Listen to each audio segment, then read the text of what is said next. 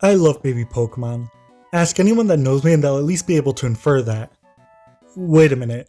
I already used that opener. Well, whatever. Babies are adorable, and my last video on babies got a whopping 1.3 thousand views. It was a topic that I'm beyond passionate about, and being able to talk about baby Pokemon for like 8 minutes filled me with joy. And as the general Poke baby hugger in charge, I've decided that I want to talk about them again. Or rather, the technical babies. What's a technical baby? Well, baby Pokemon are only called that because they're a specific category of Pokemon determined by random gameplay factors, most notably being in the undiscovered egg group. Technical babies are Pokemon that would be babies if not for that one rule. These babies have egg groups and therefore can produce other offspring of the species, confusingly enough. Despite this, everything from their origins to the very fabric of their DNA is baby, so why didn't the developers count them as one? Why are these babies not babies? I've had enough, and I think it's about time that I took a crack at figuring it out. So without further ado, who's bored? I'm bored. And today we'll be getting to the bottom of why these babies aren't babies. Okay, so let's talk for a second. There are a lot of these. So how do I whittle them down? Well, I'll just cross-reference my rules in my last baby video. They need to be distinctly related and directly based off human babies, and it really has to be a notable part of their identity. For example, despite clearly looking like a sleepy newborn in a onesie, Musharna isn't counted since she's a final evolution, which is usually associated with growing up. Therefore, a reason already exists for why it isn't a baby Pokemon. However, and within the same generation, a Pokemon like Gothita is much harder to explain why. Gothita is, well, extremely baby to say the least. She's shaped like a toddler more or less, has several key similarities to Smoochum, a baby, and is shaped like a bottle. It's covered in bows, has what appears to be its hair in a little bunching, and has a body pattern resembling a onesie. Yet despite all this, it is not in the undiscovered egg group, and straight up is completely unrelated to the daycare. It's a completely normal Pokemon in every way. Now we just need to figure out why. Well, research yields nothing. The best I got to help us is that most Unovan Pokemon are based on the roles past Pokemon held, which is really interesting. Gothita isn't safe from this, of course, but I don't think it's based off Smoochum. In fact, it's clearly based off the Ralts family. Both are humanoid and mainly feminine-based psychic families with stoic expressions and deep ties to emotion. All of them even look like they're wearing clothing. This isn't really a debate or a secret, but it is important since Ralts, Gothita's soul sister, is not a baby. So, that's the reason. I highly doubt it. I mean, they've never bothered to keep egg groups consistent anyway. No, my final guess is that they simply wanted Unova to be a soft reboot of the series in every way. And as silly and underwhelming as it sounds, Gothita not being a baby is likely a byproduct of them wanting to be as similar to Kanto as possible gameplay-wise. I think Unova succeeded in making a new age version of Kanto that still felt unique and fun, but Gothita was definitely caught in the crossfires.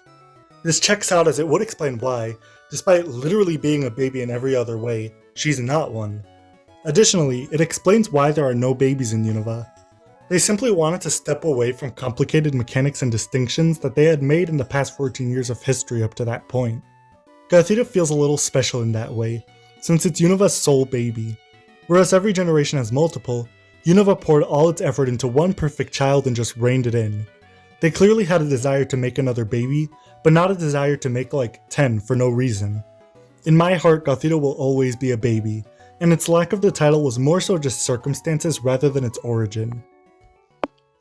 I think we should make things a little more difficult with Tinkatink. Let's quickly go over what makes it a baby, although I'm sure that I barely have to. It has a little bit of hair tied into a bunching, it's short and stubby, and has a notch on its mouth that clearly looks like a tooth. Lastly and most importantly, it has a little hammer that is identical to a rattle. It's pretty babycore if I do say so myself. So why isn't it one? This is immediately much harder. In the generation before they finally introduced a new baby, and he was the only one of the entire generation. Because of this, I feel they made it clear that, while babies weren't gone, they were definitely not a priority, and likely wouldn't show up much.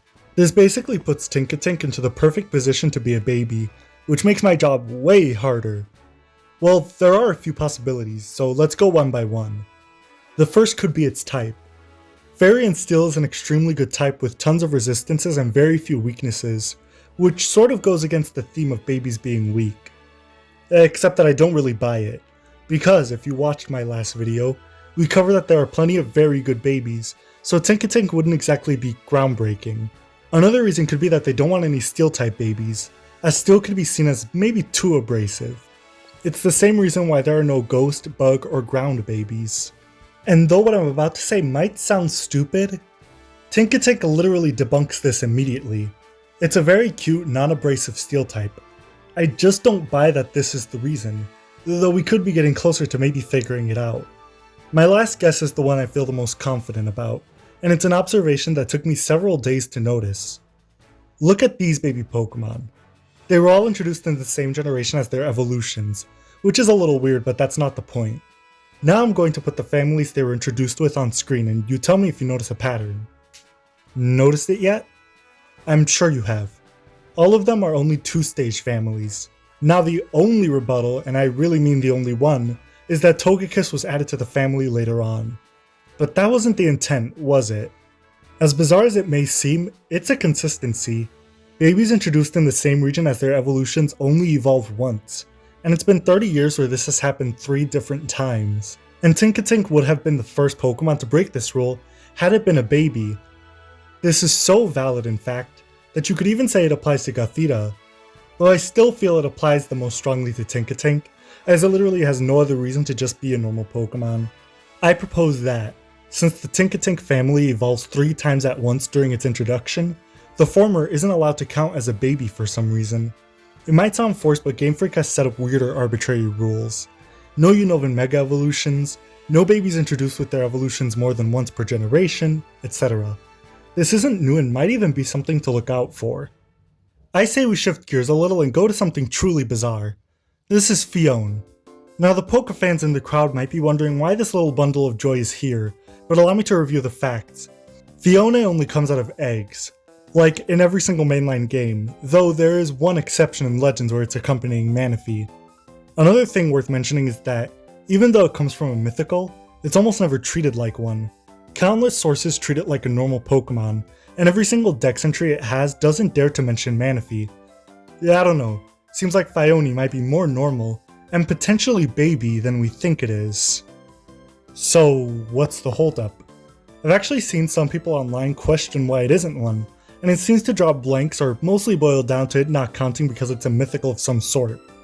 Well, let's refer back to my baby rules to help.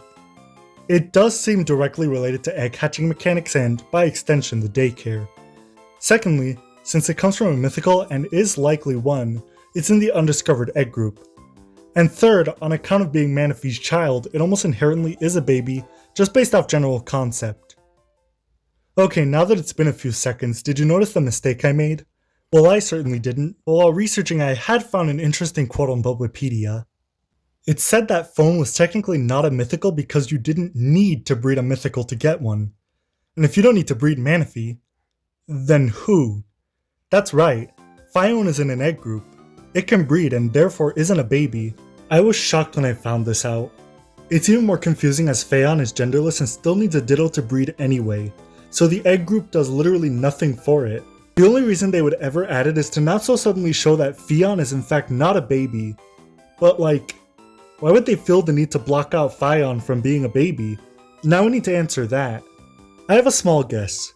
Maybe they just thought that implying babies could be legendaries or mythicals was exaggerated, and opened the floodgates to ideas that they weren't even considering. Or maybe Phione was just too strong, and implying that it was a baby could create toddler power creep controversy?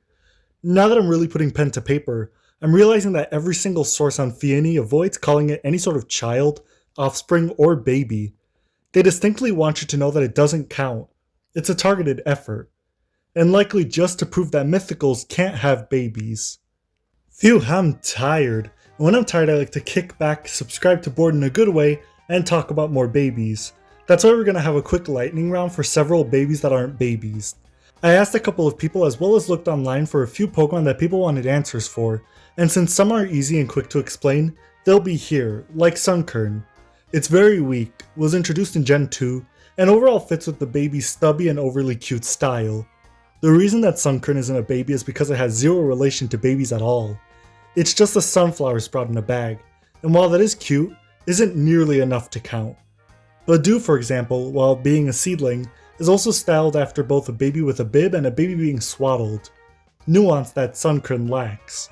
The answer is that it's straight up not a baby. Let's raise the heat then with Ralts.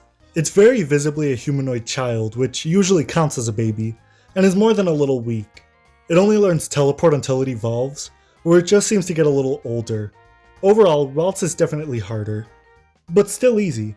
In fact, it's a compound of Gothita and Tinkatink's reasons, a 3-stage on introduction family, as well as being a derivative of the Abra line.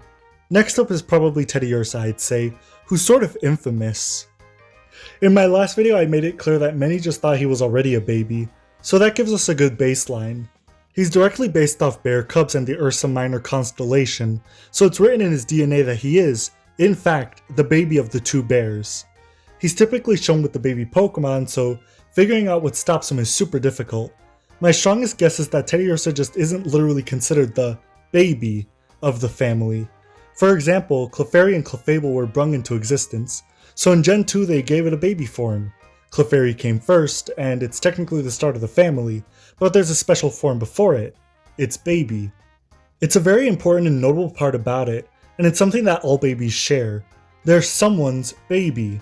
If your friend gives birth to a kid, you'll usually call them so-and-so's baby, and the same logic works for Pokemon.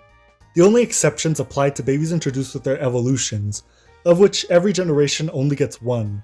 In other words, Teddiursa would be the second, and automatically doesn't count. Gotta love technicalities, huh?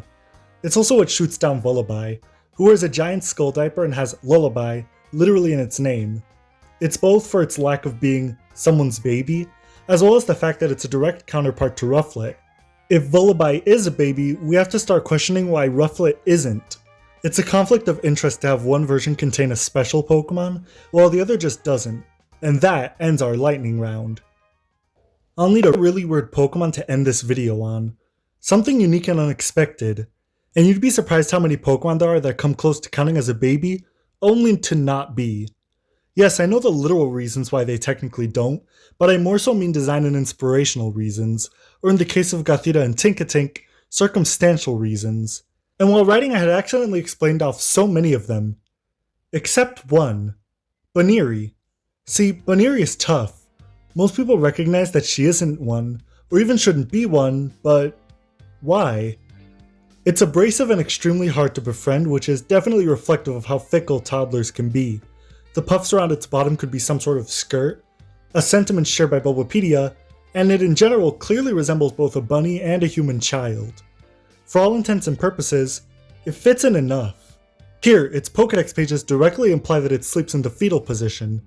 Buneary seems extremely deserving of the baby title, though they didn't make it into one. And I wish the answer was easy to find. It actually might be the hardest so far.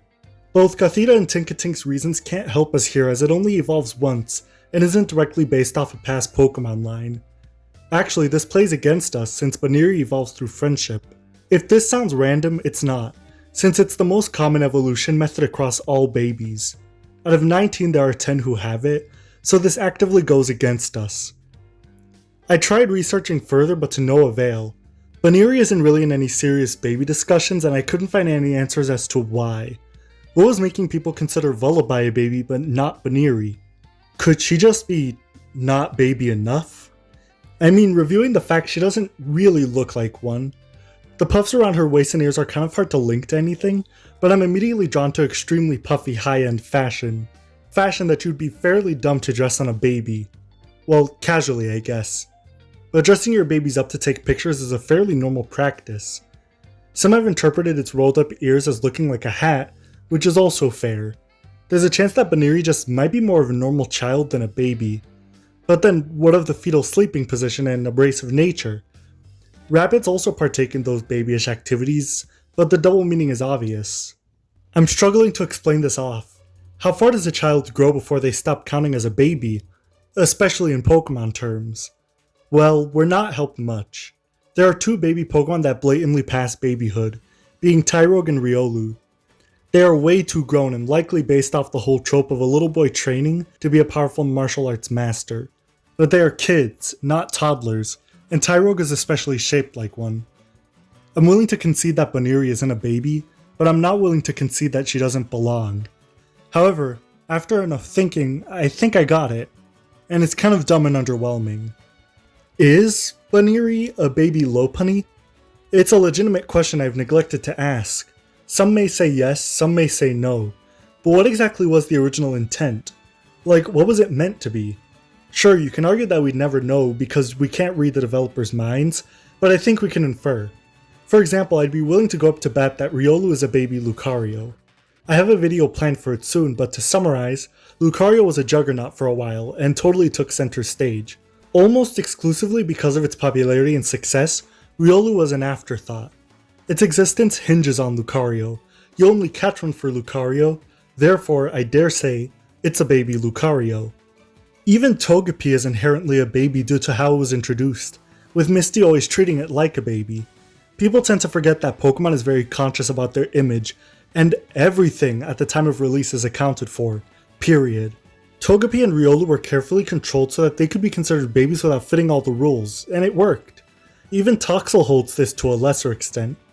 So, what of the Buneary family? Well, I'll try to be kind about it. Buneary was the focus.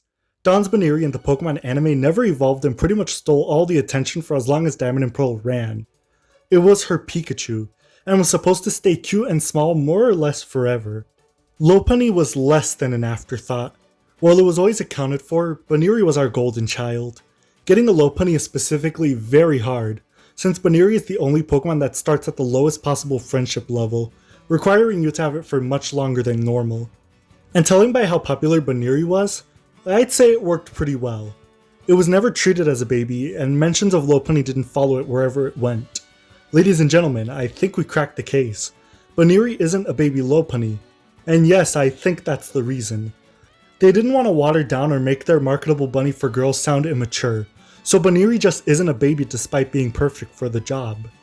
Side tangent, I literally adore, and I mean adore, Gothita, Tinkatink, and Buneary. They're all so cute, and I need to get this off my chest, because I don't know when I'll find an excuse to talk about them again. I also adore their evolutions and use them the most, but obviously I have a baby form bias. Sure, circumstances out of their control stop them from being babies, but I think it's okay to allow them in, maybe once or twice every now and again. A duck might not be a chicken, and a chicken might not be a duck, but they're both birds at the end of the day, I think. Well, this video was way too much fun to write. Anytime cuteness is part of the discussion, I immediately just have way too much fun, and I think the best of my work comes from it. Or at least it motivates me to try a little bit harder. I love mixing and matching my little cup teams with all sorts of cute Pokemon, and I think throwing labels out of the window is best sometimes. While I think the proper baby Pokemon do a perfect job at encapsulating what they set out to do, I can't help but feel like my heart is a little empty without others like Gothita and Buneary. This video stands as a reminder that they count too, not in data or code, but in the very fabric of their design. Or I guess you could use this video to gatekeep the baby category. That works too. Boo! I saw that. You were preparing to skip the outro. That's super rude. I'm gonna play the funny sound effect again, and you better listen to my full self-promotion. If you want to see behind the scenes goodies, or just want to know when I'll upload again, hop on over to my community posts and take a little peek. Remember to follow my Tumblr and Blue Sky for art, and my Wattpad and 803 for fanfictions as well. All my socials are bored in a good way, don't forget the underscores, and I always try to respond to DMs.